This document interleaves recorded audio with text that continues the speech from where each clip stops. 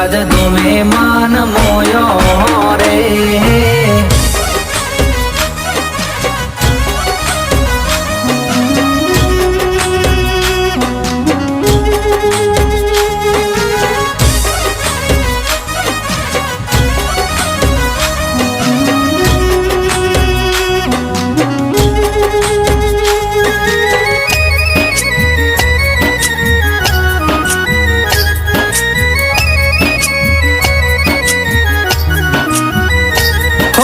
વર્ષો પેલા હતું ત્યાં દેવોનું રાજ રે એટલે તો દેવરાજ કહેવાય છે આજ રે।